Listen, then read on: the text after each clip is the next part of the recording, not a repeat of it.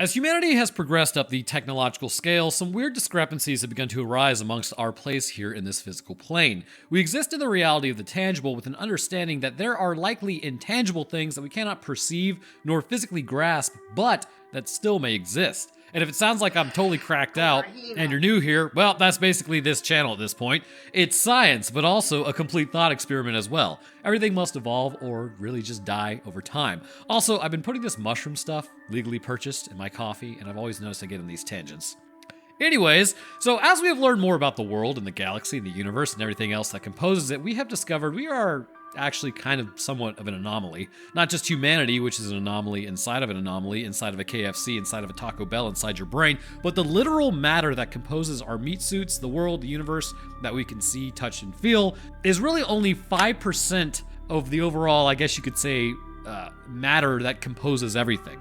The rest is dark matter and dark energy. And with this fact, at least for now, in mind, that brings us to today's topic. Probably the reason you clicked on this, unless this is what you're here for, in which case, God help you. But when we conceptualized the idea of aliens, it was something that, clearly should be within our plane of existence, correct? Well, maybe. But depending on how you look at the documents, religious texts, and the fact that no one really seems to visit us, it may be just as likely that it could be an interdimensional being. And to that end, or beings, but to that end, in the event of the void, that's what humanity appears to be dealing with. As a cult is set up hellbent on bringing in Squid Game creatures, a group isolated in a hospital is forced to engage in some classic hand-to-hand with literally dead space meat monsters, but the conglomerations created from just the interactions with not only the energy in the area, but also how death does not appear to be the end, would seem to indicate that this is some sort of energy literally leaking out of the mystery triangle. If all that sounds confusing, well, it is. So in today's episode, let's discuss the meat monsters, how death is not the end, and what exactly is happening here in the first place, because is it good or bad? No one really knows. We kick off today's story with the understanding, again, nobody has any idea what is happening here, but by God, I am here to help explain it. As we jump to a house, a meat suit is inside on the ground as a guy makes a break for it. A woman then runs out of the house next and then takes a shot to the back. As two men stand over her, they start dumping gas on her, which or just double tap. You'll see what I mean eventually, but realizing Prometheus ran, they say, well, he won't get far. How do you know that exactly? Lighting her up like a Thanksgiving turkey that will 100% burn down my house because it was frozen and I put it in boiling oil, they take off as they get watched by Squid Games over here in his parents' bed sheets. As it's a full moon in the woods, and technically the rest of the planet too, we flash around a smallish town, and up in the sky, the void appears. Spooky! Heading over to the woods, dispatch then calls sheriff, who's sleeping, claiming he's on a high-speed chase, as he then spots a guy emerge from the woods and tells him it's going to be difficult to crawl all the way home. Getting out to check on him, he shines his light, realizing that he's bleeding. Taking him over to the hospital, big hospital for a small town. Where are they getting all the funding for this? Heading inside with Methy McGee, dispatch never actually called ahead, as then they dump him onto a gurney. As intern Jackie over here talks to this guy about degloving and how statistically you are more likely to die in a hospital, that data seems a little skewed. Typically, you aren't just hanging out in a hospital if you're feeling well, so death kind of comes with a turf, doesn't it? That's like saying, oh, you're more likely to be killed by cows than bears. Okay, well, you're probably around more cows than bears, right? Is it cows or dogs? I think it's dogs. You're more likely to be killed... No. Yes. You're more likely to be killed by dogs than by bears, I think they say. No, sharks. You're more likely to be killed by dogs than sharks, but it's like everybody has a dog. Anyways. Also, I don't know if it's all nurses and doctors or what, but I actually remember I went on a date with a girl who was double majored pre-med in chemistry. Halfway through the date, she told me she bets that I have a nice liver. She knows nothing. This thing is destroyed from college. And if I were to start internally bleeding, she would cut into these areas in order to stop it. Then she started talking about my kidneys. Anyhow, absolutely bizarre and creeped out. I could only allow myself to go on 3 more dates with her after that, just to confirm. I'm pretty sure she was trying to harvest my organs, so I'm assuming this is just healthcare flirting in general. Great times. So intern Jackie over here offers to give him a catheter. Again, I think this is flirting for nurses because of the implications. Rolling over to go get some sleep, not realizing he's being hit on, or just completely wanting to ignore that, the power then starts flickering in the hospital. Lawman then meets Gramps and his granddaughter as she's pregnant. Hearing yelling in the next room, Methy McGee is freaking out as they trank him. Evidently, the hospital's resources are limited as they spent all of their budget on making this giant hospital and not stocking it at all, as then they see he has needle tracks as Lawman has some blood on him. Horrifying. Bloodborne pathogens? Scare the hell out of me. So wiping the blood off, Lawman's wife then comes in being real nice to him, which makes him suspicious, claiming it's good to see him. Dr. Loomis from H2O, not the original, comes in as Lawman is told to be gentle with his wife because she's struggling. They had lost their offspring, so yeah, that makes sense to me. Maybe the, well, why are you being so nice to me line wasn't the swish you think it was there, brother. Miscarriages actually cause a lot of mental anguish. So leaving his office, Lawman then walks into a patient's room, seeing the nurse from Dead Space 1 has taken the guy out who didn't know how to flirt. That was his problem. Intern Jackie could have stayed there. So saying it's not her face, she then starts cutting it off, as then she goes after Lawman. Bro has been through training though, as he pulls and fires the force multiplier, dropping her on the spot. Stay strapped or get clapped. Everyone then runs in asking what happened, as he's like, oh, she ran at me. Well, she walked towards you, I guess, but head into the bathroom. He then throws up after doing the hand squeeze thing, which actually, if you didn't know, let's say you're on like the verge of throwing up. I believe it is if you make a fist really hard with your left hand and squeeze like as hard as you can, this can actually trip up the vagus nerve and prevent you from throwing up. Also, you shouldn't be drinking at all, but I'm a YouTuber, not a cop, and I also love tequila. But if you ever take a shot and you feel like you're about to puke, have your friend punch you in the shoulder like 60%. It will actually disrupt the repeating pattern of nerve signals that lead to vomiting by focusing your brain on an external attack as opposed to an internal one. So anti-vibing in the mirror, we then flash over to some Mamadas clouds, which I'm pretty sure it's how you pronounce it. I'm gonna need to confirm that name later.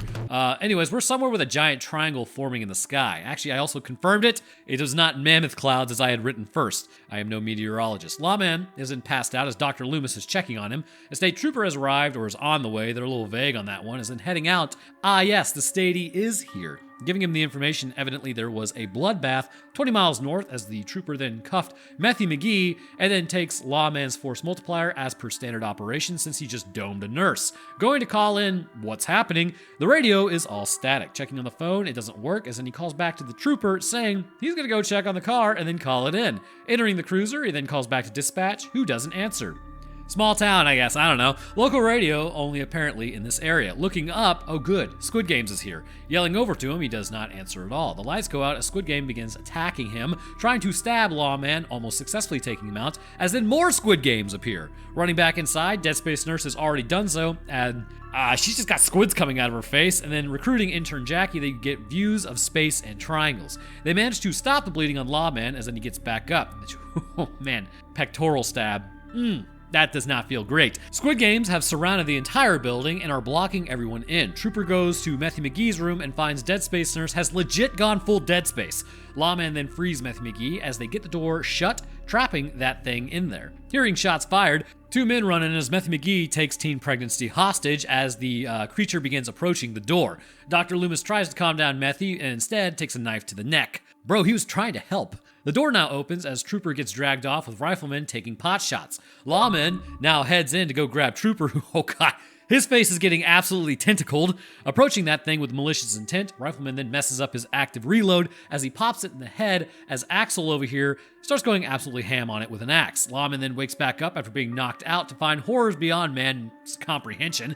Meanwhile, Dr. Loomis gets covered by intern Jackie, considering he shuffled off that mortal coil. Lawman then asks who these guys even are, as then he gets hit in the head with an axe, like the blunt end, I guess I should say. Otherwise, that would be the end of that. Rifleman then goes to take him out as they try to figure out if anyone can trust anyone else. Look, the gruesome twosome, you two showed up here and nobody asked you to show up. You weren't even invited to this pizza party in the first place, you nerds. So Lawman then asks what those things even are, as they are completely confused. Rifleman says they are all being called here for some reason by something, but Lawman then brings up how this even, okay, if this thing woke up, I don't know why I got tripped up on this. He doesn't want it to wake back up in the hospital, so they kind of just light it on fire and push it outside. Meanwhile, teen pregnancy is teen pregnancying as Rifleman smokes right next to her.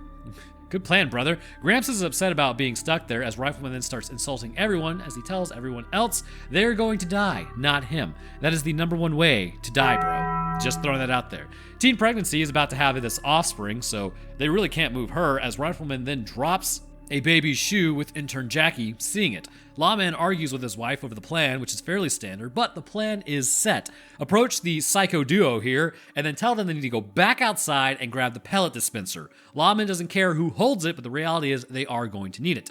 Approaching the front door, the squid games are gone, but the cruiser is way further than it was earlier. Exiting out of the hospital, they begin their approach, as then they cover teen pregnancy with a blanket. Intern Jackie complains about being there, as Lawman's wife straight up ignores her question about what is going to happen to her and her offspring. She's just like, yeah, you'll be fine. Well, not a good sign of things to come, as Lawman's wife then abandons the original plan and then goes to get the supplies alone. Outside, meanwhile, the squid games begin appearing, as it's taking Lawman 10,000 years just to unlock the pellet dispenser, which, oh good God, Dr. Loomis is back up. Turning on the lights, a ton of squid games are out there as they start their attack, but Lawman starts doming them. Also, they only have knives, so get good. Returning back, things are about to go from bad to worse, as Lawman is informed his wife ran off to the med room alone, which if you're ever in a Dead Space scenario, you never go to the med room. Rifleman and Lawman then go to grab her, as Lawman then tells him to shut up so he can hate his wife for running off alone because it's a special privilege. Basically, you know, it's one of those deals where, like, take your siblings for instance, you can bully your siblings but other people can't. Anyways, heading into the med room, they find blood but no wife, but the materials that she had been grabbing are already set up. Hearing a noise down the hallway, they then go into the office and find a phone ringing. Answering it, "Oh, what up, Dr. Loomis?" Seeing a container, Dr. Loomis says he saw something and he can show them more if they like. Okay, no thanks. Opening the container, pictures of people are getting got all throughout. Dr. Loomis then mentioned Lawman's father and how he's following in his footsteps, which, oh great, we got cult language over here. Seriously, like the worst kind of people. Like, how do you know Lawman's father is my question. Dr. Loomis then hangs up, as now they need to go find this dude and then burn a clip in him on principle alone. Telling intern Jackie she needs to look after teen pregnancy, she starts crashing out about that, which, look, gal, just do your best and forget the rest. That's really all you can do in life. So Lawman then wakes up to the gruesome twosome asking what is down in the basement, as they realize Matthew McGee is part of the cult. Waking him up, they begin questioning him, and he's giving vague answers, so he gets his finger broken. Evidently, he was just supposed to go to a trap house after meeting a girl, and when they went inside the house, she mentioned, oh, by the way, there's a cult here, so they run across these people. They made them watch them sacrifice people as they release him from his cuffs and then show him the squid games are already out there, and it's officially basement exploration time. That sounded weird. They're going to the basement. That's the gist here. The basement of the hospital. We're all on the same page. Heading down, what sort of hospital is this? Realizing someone has been down there, it's more like a bunch of somethings, really. Heading to the morgue specifically, that cannot be good. Intern Jackie then tells them there's only one set of stairs that they should see, and that just goes directly to the morgue. The radio then starts breaking up at this point, saying there's a sub-basement, and intern Jackie's like, no there's not. I have never seen that. That tells you guys you're probably going to a pocket dimension. You don't want to go down there. But telling them, hey, that doesn't exist, you should not go down those stairs, they just send Matthew McGee first, which is a good instinct, as then they follow him down, which is a bad instinct. Lawman's wife also ain't having a great time on her own individual arc, as Dr. Loomis talks about how surgery on himself feels like release. Okay, well, he's lost it, so Dr. Mercer starts mentioning how losing Sarah, his daughter, destroyed him. Meanwhile, the sub-basement group has the silent type light a flare, and they realize they saw this crap all over the house they were just at. Matthew McGee says this is nightmarish, as they realize they are in some sort of maze. But where? Teen pregnancy at this point is in a bunch of pain, as intern Jackie goes to give her some pain medication, which, see? All of that studying is paying off. Back in the craptacular funhouse basement, they run across a triangle door. Better hope you have the triangle key for that thing, as Lawman then starts having flashbacks and zoning out. Rifleman then says they need to think this through before going in there. Agreed. Saying this was a mistake, Silent Type then walks past Rifleman as Dr. Loomis keeps saying, death is like a metamorphosis, like us moving past a caterpillar into a butterfly, and his job was to keep us as a caterpillar in the chrysalis. He is breaking the cycle of life and death permanently, and apparently that's now the first real step. He's lost his daughter to the abyss, but he claims he's going to pull her back, and he's looking rough as he pulls back the blanket, showing she is already infected with something. Back in Sub-Basement 3, they've entered a real funhouse, as mentioned, or as I like to call it, this appears like hell. Depending on, I guess, what you believe. Teen pregnancy has started bleeding as intern Jackie realizes she needs to do an emergency C-section. Rifleman then starts getting talked to directly, Bobbity style, Luckily, there isn't an ounce of hatred in his heart. Oh no. As the creature is straight up spearing its head, and they look over at that. It becomes a gun and run as the Squid Games are breaking into the hospital. What is the meme? Like when the whole group are just on different October arcs, completely separated from one another, and everyone's just getting absolutely screwed to the wall? Yeah, this is kind of what's going on here. So Rifleman then starts getting drawn to a different area as intern Jackie can't pull off her task and freaks out. Valid crash out. Lawman then gets attacked by Matthew McGee as, oh my god, what is that thing? Matthew McGee gets grabbed and then dragged away, as then he gets his head crushed in by whatever that thing is, as Gramps then yells at intern Jackie as Teen Pregnancy stabs him for some reason, asking her why she did that. Intern Jackie is completely confused as she's informed that nothing else matters. Metallica style, I guess. Intern Jackie then grabs an axe as Teen Pregnancy leaves and starts noping out of there. This is like getting left behind in Zombies, like on the bus on transit. Yeah, your friends are dealing with their own problems and you are in a different area, but that doesn't mean it's going to be a good time for you and nothing's going to know you're there. Back in Sub-Basement 7, they're back at a house, Rifleman's house to be exact, as Rifleman then tells Silent Type it's his fault of what happened to his family because he wasn't there to help. Rifleman then crashes out saying he should have protected him as, Silent Type then lights a flare and burns him, bringing him back too. Apologizing for the crash out of the century, Squid Games is looking for intern Jackie as she calls back on the radio, but nobody answers. Meanwhile, Lawman finds the door to his wife. Going and holding her hand, he sees she's carrying something. The lights begin going out on that fun house as Dr. Loomis starts talking. Looking down at her, she's all tentacles, and she's got to be totally gone. Freaking out about that because the therapy bill alone is going to be crazy style, she tells him it's okay, and then he starts going absolutely goblin mode with the axe to put her out of her misery. Well, see you on the other side, I guess. Of course, the takeaway here is if you take away everything that a man has, then a man has nothing to lose. So as he's finished with that task, a triangle appears in the room. Dr. Loomis asks what he's seen, and he's like, yeah, a monster who thinks he's God. That's right. It is man's duty to basically call out monsters and be like, yeah, you're not actually as great as you think. It's kind of what we have to do as a species. So Dr. Loomis then says he refuses to believe that death is the end, saying he must embrace death. Distracting him, Teen Pregnancy then stabs Lawman in the back, literally, as the Shadow Man shows up, continuing the cult speak about how Teen Pregnancy is carrying his child. Opening the abyss triangle, he then starts chanting as a blinding light appears. Well, not really what I would think was an abyss, more like the inside of the sun. Seeing clouds once more, Teen Pregnancy asks Dr. Loomis to bless her baby, but as he does, she starts freaking out. Well, it's a little too late to switch teams now there, gal. You're not Italy. So, for Teen Pregnancy's betrayal, she then bursts open as we can see what is really only going to be described as a meat monster emerging as the dynamic duo now arrive once more to try to take this thing out. Firing at it, Rifleman then gets knocked down as Silent Type tries to help, but Rifleman gets tentacled as he covers it in fuel. Silent Type then lights a flare and burns both of them to a crisp, since Rifleman is probably already done anyhow. Shrieking like a stuck pig, literally. Man, imagine being stabbed in the lat. Ooh, ouchies. Shadow Man keeps talking smack as Silent Type then goes to run out of the area with that thing fully chasing him now. As Shadow Man screams, "Ah, the light," a triangle appears in space as he takes an axe to the shoulder, picking up Lawman. Well, that didn't work at all. He says he can give him back his wife. All he has to do is let go, and they can be together, allegedly. If anything ever promises you this, I don't know. And it looks like that, I'm just going to go ahead and say probably demon. Don't trust the Shadow Man, and don't trust the Hat Man either. Tackling him into the light abyss, the portal is instantly closed, sealing the doorway. Evidently, though, this was like a pocket dimension or something, as Silent Type keeps running out of there with the walls beginning to close in. Barely escaping the creature, I believe it's probably crushed behind him as he's back in the hospital. It is the next day. Looking for anyone, he finds Gramps absolutely done so, and then has a nice cry, and then hearing a noise, he approaches one door with a fire extinguisher as intern Jackie almost takes him out. Oh, sweet. Absolutely trauma bonded. Best 3 weeks of your life. Results may vary after that. Informing her, though, with just a head nod that it's over, we then jump over to some F-tier planet with crappy skies comparatively to Earth. Lawman and his wife are surrounded by triangles as they look up in the sky and see a bigger triangle. Okay, holding hands, I guess they're just kind of stuck out there now, and that kind of blows, but thus concludes The Void. Hello, and welcome to the science portion. So you're probably sitting there right now thinking, brother, did I just watch a Dead Space movie? Yes, you did. Unofficial canon.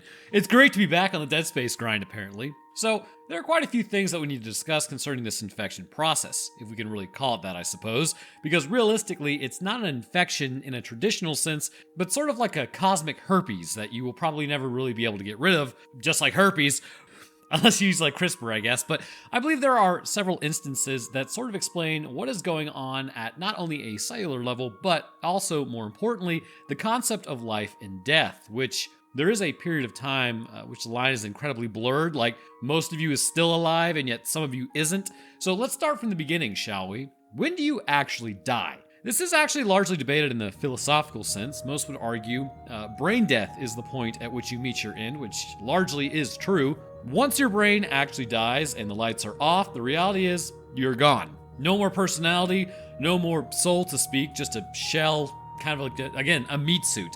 The issue is, with technology, humanity has blurred the line even more, and it's an issue in the sense of like a moral question. Should you keep someone alive who's technically brain dead? There's the whole thing where a family clearly wants to keep their loved ones alive, but then the question of is this like the best for them comes up. Then the actual decision then falls on loved ones, typically, who have to then take out a family member. I genuinely hope nobody ever has to make this decision, but unfortunately it is a fact of life. Sometimes crap just happens. But with brain death, or neurological death, the other side of that is the heart can actually still beat. And if the heart still beats, your body can still actually be alive. And this is pretty much done because not only does the heart actually have its own pacemaking ability, but it is also dictated by the brainstem, which, believe it or not, the brainstem, for one reason or another, actually is more oxygen deprivation resistant than, say, like your cerebrum. Pretty much because your brainstem, it needs to stay alive and it needs to be able to coordinate the body. And so because of that, it typically will have more ATP available than other neurons. So if this is the case and your heart is still beating, the lights are on, but the house is unoccupied. In the past, this was an automatic death sentence. You could absolutely not be kept alive. Now, with machines that breathe for you, and even if your heart stops, machines to pump your blood, this line is not even really a line anymore. It's more of a gradient. The other line of thought is not neurological death, but really more of an idea relating to just your heart stopping or cardiac arrest. I believe the line of thought here is a bit older because it was the easiest way to check to see if you were actually donezo or not. But now, even with that, your heart stopping still isn't the end. Again, machines can breathe and circulate blood, keeping your brain properly perfused. So the reality is, your brain can survive up to 6 minutes without oxygen before the cells start dying off and releasing cytotoxic material through autolysis into the surrounding environment. Once this happens, brain damage rapidly progresses, and there may not really be a real reason to bring someone back after a certain point is reached, unless it's for organ donation. But even to this end, there are stories out there of people surviving longer. If I'm remembering it correctly, there was actually a story of a kid who went under the ice and then drowned. They were able to revive him an hour later with no issues. I also have a personal anecdote that I remember, which was absolutely horrifying. I was running a Tough Mudder, and a cold front had actually moved down. It was in Colorado. I think we were in Vail, and we were on the mountains. Anyways, I had just warmed up from the last freezing cold obstacle thing. So I approached this one where you had to actually go under some barrels in really cold water, and the heater in the water had broken because it got so cold. I kind of looked at that and I'm like, you know what? I just got a feeling that I just warmed up and it took me forever to get to this point, and I don't want to refreeze my body, so I'm not going to go get in that. So I decided to walk around it, which I like, really flexing on that one. Anyways, there was another group of guys who ended up going under it, and then 2 of them came back up, but apparently 1 never did. His friends, I wanted to strangle the Scuba Steve guy, and so did this guy's friends, because they go up to the scuba guy like, hey man, we can't find our friend and we think he's in that water. And the guy's like, well, I mean, did you check? It's like, dude, put on your stupid wetsuit, get in the water. That's what you're getting paid for. Anyway, I can't imagine how this dude's friends felt. Anyways, the point is that it was kind of like, well, okay, well, we'll just keep going. I mean, we had no idea what had just happened, but so it was like 10 minutes later that they actually found this guy, and then they resuscitated him, and apparently he was totally fine. Like, first off, that scuba guy straight up needs to get his ass kicked. But second off, it's because the water was cold, so it actually slows down this entire process. And also, this guy woke up extremely cold, but again, he had no problems, or assumedly. I mean, he probably should go to a neurologist after that, but it's stuff like that that's absolutely wild to me. Anyhow, this process of death has been blurred, but there is a point when there really is no coming back no matter what. As you die, autolysis can begin as quickly as a few minutes, but the reality is there are still quite a few living cells continuing on, even up to 4 hours after death. So the question is, at what point are you no longer recoverable? Realistically, if you can get someone back and, we're somehow able to preserve the brain and heart, you can go quite a while, maybe around like 20 minutes or so, and then bring them back. Of course, there would still be other issues. Cytotoxic materials would have built up in the body, which once everything was restarted, would then have to be filtered by the kidneys, which could of course cause damage and then further problems down the road. Of course, if you are able to protect certain areas, such as the brain and heart, then protecting the kidneys is also probably easy mode. Just hook them up to dialysis, and if you can protect the brain and the heart from death, then why do they die in the first place? Never mind that, but once you start getting past that point, the issues continue to get worse. Lysosomes are your biggest op when dealing with death. When cells stop receiving oxygen, the issue is ATP, or adenosine triphosphate production, ceases, which is the energy currency of the cell, created by the powerhouse of the cell known as the mitochondria. As this happens, ion pumps will begin to fail, cell membranes' integrity will also begin to start to fail, and the digestive enzymes of cells will leak out, which as a result of this will damage surrounding cells, which may actually still be viable even if they haven't started leaking their contents yet. Within 72 hours of this process starting, widespread cell rupturing is about the standard, which will continue to leak their contents all over the area, which will then bring in the next problem, bacteria. So ask yourself, what stops you from being broken down right now? Really not all that much. The only difference between you and a body is cellular activity. Sounds like a yeah, well no duh Roanoke statement, but okay, valid. But bacteria is already all over you right now, trying to break you down for nutrition.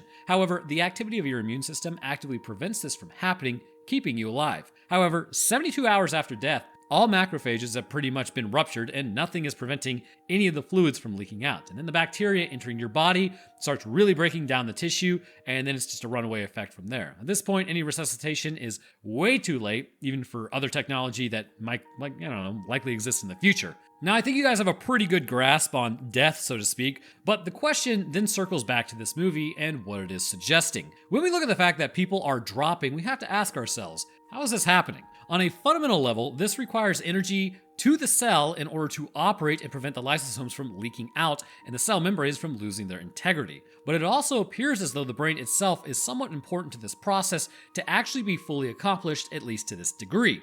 So before we get into that discussion, I do want to bring up how this is a fairly interesting route that they're taking here, which coincides actually with our understanding of death concerning religion. In most religions, death is not really looked at as the end so much as it's looked at as a transition state. Our meat suits, well, to be honest with you, they absolutely suck. I mean, really, let's think about this for a second. You and I are conscious, right? We get that the world around us is happening around us for the most part. I mean, we can't see everything there is to know about reality, but we understand that we are alive. And what's worse is, we also understand we will die. We are the only species that is burdened with that knowledge. Nothing else is aware it will meet its end. Sure, instinctually, some animals will leave the pack or pride and then go die alone because they don't feel well or they don't want to be eaten, like because they're weak or whatever, usually predators. But we are the only ones who are like, oh, sick, bro. What I'm doing now really isn't going to matter in about 100 years. Which even to that point, our lifespans are hilariously brief. You're telling me the solar system can exist for 8 to 10 billion years and we get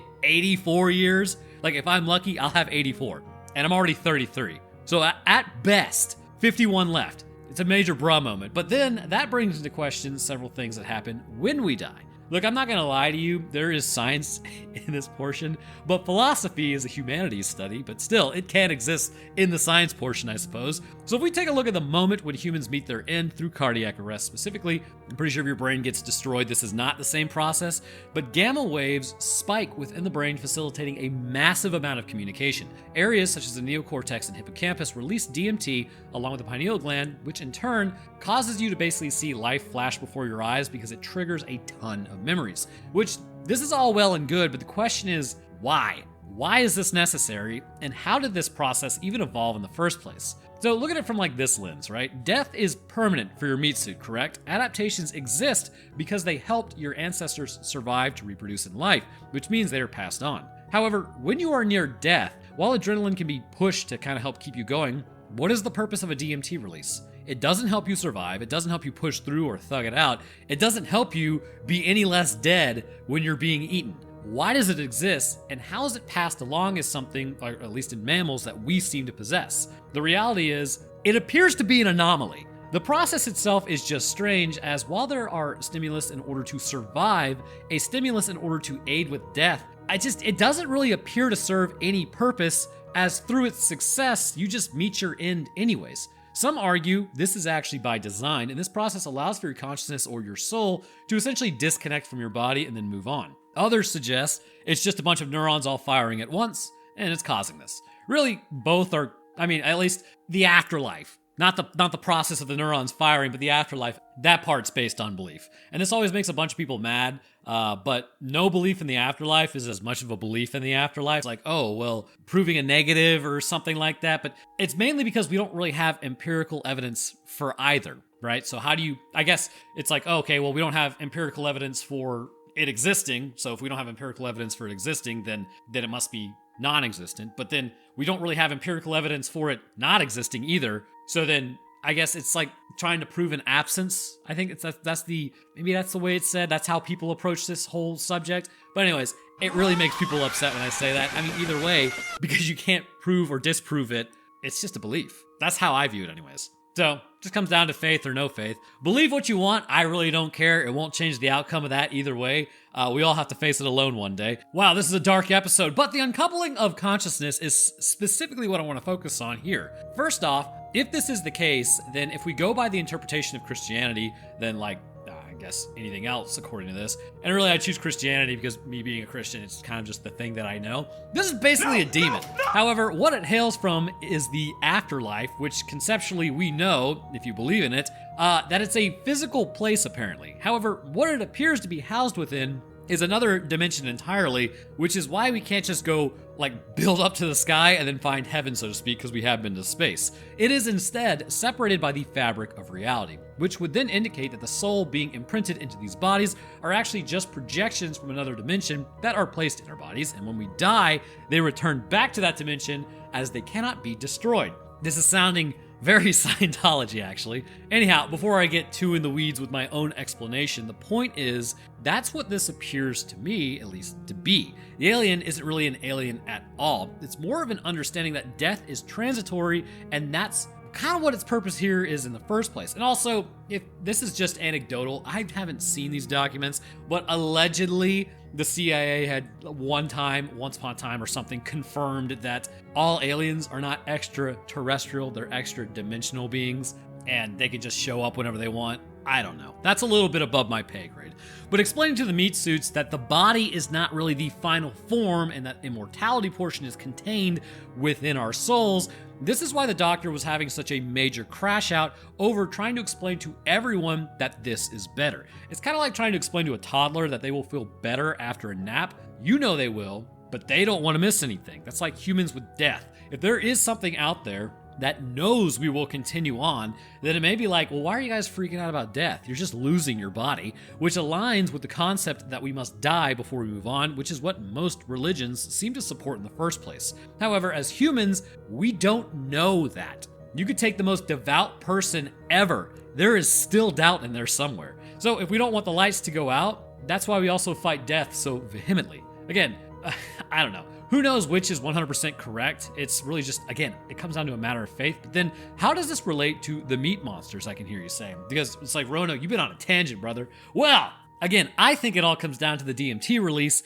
and the assumed consciousness vacating the body. But as we look at that, we need to understand what has to be going on for a cell to actually turn back on. When a person is dropped, it's clear there is some sort of signal emitting from somewhere. If this is sounding like Dead Space, then you are correct. And this signal doesn't necessarily seem to come from one place, but possibly from the other dimension entirely, which I suppose would make sense at least to a degree. I mean, if you took two dimensions, one fighting entropy, so to speak, and one actively has already halted entropy, the one that halted it may have energy continue to leak out of it into other realities if a door is open, and in turn, that would basically be the soul of humans from this dimension. So from our side, this is how a cult from much like the unitology, technically, I cannot be sued for that probably, a detection of energy leaking from some other dimension into ours would be assumed to be the divine. As a result, those who want immortality would gravitate towards this energy because the reality is if entropy had been stopped, then this would provide immortality, but the soul is required to return to that other dimension first. And I will give these guys names here in a second, which you may be asking, well, how do you know it returns, Roanoke? Well, clearly, Lawman's wife was Dunzo, right? Yet he met back up with her in this other plane of existence. So her soul had already been there for him to find her. So that brings us even further questions, obviously. What does that even look like in the first place? Again, I know this video is like way out there, but the movie itself was way out there. So the human brain is an interesting piece of machinery. Really, we have a relatively good understanding of how it works, but even still, we aren't 100% certain how everything shakes out, which is odd considering we are our brains, simultaneously a goated organ and a dumb one at the same time. And that would be my brain saying that. Anyhow, let's assume then that the DMT release is actually your soul returning back to the triangle plane. As this happens, this leaves your body free and clear towards decomposition, right? Wrong, because now it's not just the soul leaking through, but the actual existence of this dimension. The triangle is in fact a doorway and sort of like an opening, I don't know, it's like opening a door in the winter. Like it lets the heat out and the house gets colder. That's what's happening here. In the immediate area, it looks like a doorway was open, or really a hallway, I guess you could say, and you have top-tier existence, which is our reality, and then you have Triangle Land, which is the other universe where souls come from. One has entropy, which is our universe, and one without. Then this pocket dimension, to serve as a hallway, is the basement of the hospital. By it existing there, regardless of finding it or not, the energy of the Triangle Land is able to filter through our reality. When it does, this biological, or I guess biosignal would be the best way to put it, has physical ramifications on our bodies, but it's gonna require your soul to be gone and our brains to be non-functional. And this would suggest that the soul provides a buffer for our bodies when dealing with this signal, since the signal is already contained within our souls, which are in our bodies.